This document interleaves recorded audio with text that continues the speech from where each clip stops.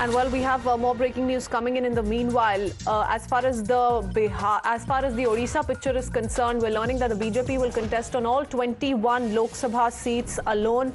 This is the latest confirmation that is coming in from the state president of the BJP in Odisha, Manmohan Samal, who's taken to social media X, who says for the last 10 years, Odisha Biju Janata Dal under the leadership of Naveen Patnaik has been supporting the government of Prime Minister Narendra Modi on many issues of national importance. We thank him for that.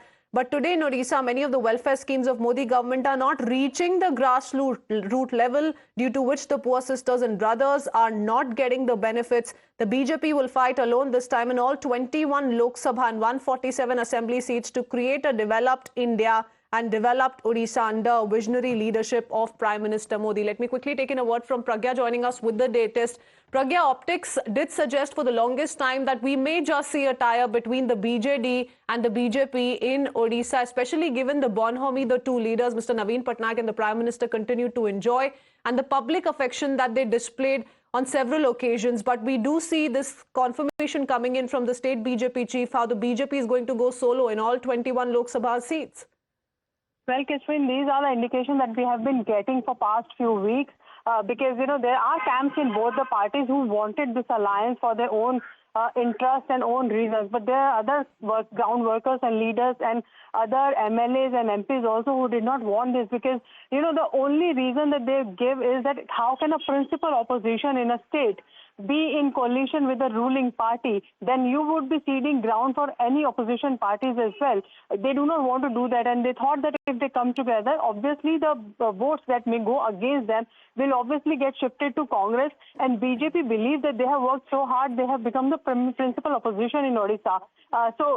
Given the fact, and also BJD is also had a concern that if they go with the BJP, because this was an alliance not just for Lok Sabha but also for assembly polls also. They thought that if BJD cede that ground to BJP, then it would be a suicide for the BJD, which is obviously a very bigger regional party in the state of Odisha. So these were the concerns that were aired by both the leaders of these parties, and both were very aware and concerned about, mainly because of the assembly polls. This was the primary reason why this alliance didn't work out, and also the leaders had rounds of discussion about every seat. And when we met a few of the senior leaders who were taking charge of Odisha in BJP, they said that we have been told to prepare panels on all seats, Lok Sabha as well as Assembly. This was indication enough. And in fact, last week when there was talks about finalization of seats, we also said that, this is all in dilemma. There is no conclusive action that has been taken on this front as well. And there are many concerns of both the parties. They do not want to cede their ground. Everyone wants to they want to force their hand. They want to say that we are the actual emerging force in the state. BJD says that we are the primary party. How can we give you more seats? So these are issues that were there in the alliance from the very beginning. However, there were few leaders in the party from both sides who wanted the alliance for their own reasons, but eventually it didn't work out. Now BJP has announced that they will contest on all 21 Lok Sabha seats. Okay, Pragya, this does surely mean something for both the BJP and the BJD. And the BJD also must worry about the BJP going solo to an extent, wouldn't you say? Because if we talk about, the BJP's departure 2014 onwards into 2019, we saw the BJP better its own results as far as Lok Sabha elections are concerned. Yes, assembly elections, the BJD still a dominant player there, but the BJP has been able to make significant inroads in Odisha as far as the Lok Sabha elections are concerned, and they may just repeat that trend, or rather take it forward in 2024 as well. You're absolutely right on that count as well, but BJD cannot compromise on seats that BJP was asking, like Puri. It is also, it shows that Puri represents the Asmita of Odisha. They cannot compromise on that. Then there were many other seats also that were equivalent to BJD, and BJD had never lost them.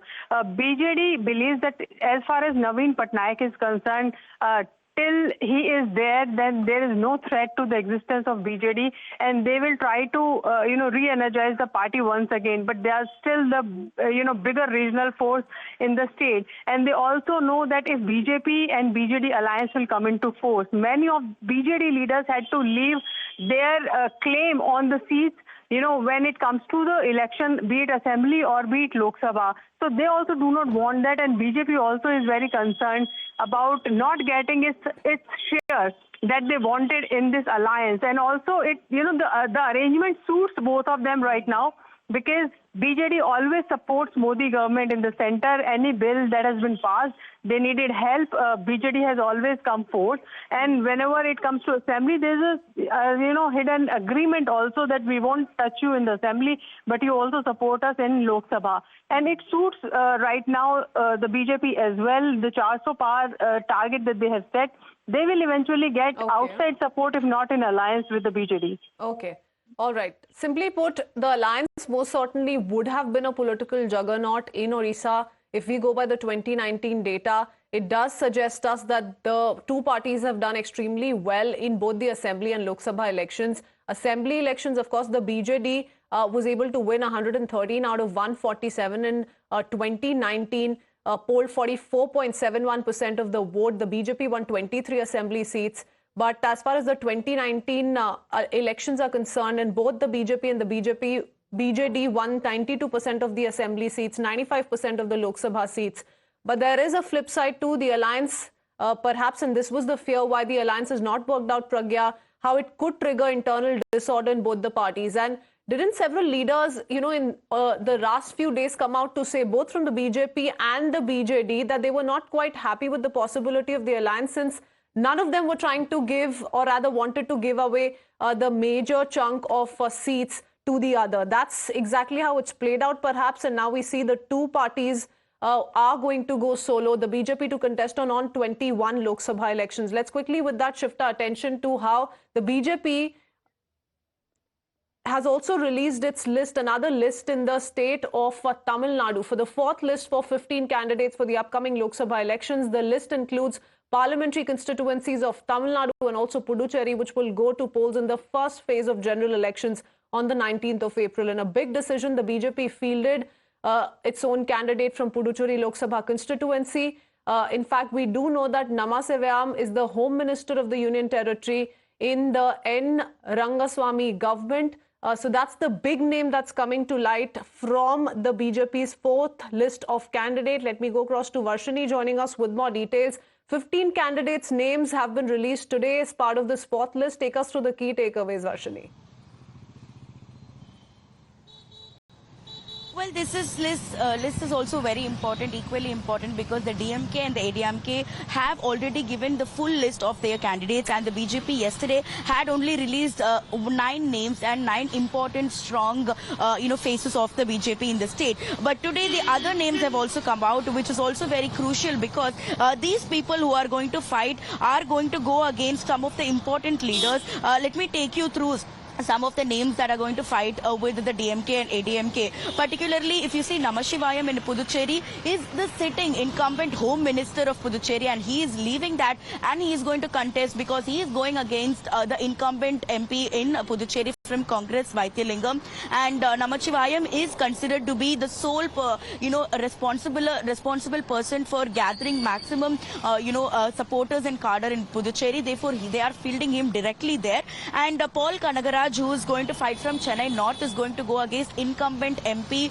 from North Chennai, Kalanidhi Veerasamy, who is also part of the DMK for a very long time. His father was also a former minister in the DMK. So that is also a strong family in the DMK, which he is going to go against. And similarly, Tiruvannamalai, Ashwathaman is going to fight, who is also going to fight against an incumbent MP from Tiruvannamalai. It is also going to be a very tough competition for Ashwathaman. And apart from that, Kartiyayani is a very famous face when it comes to women leaders in the state.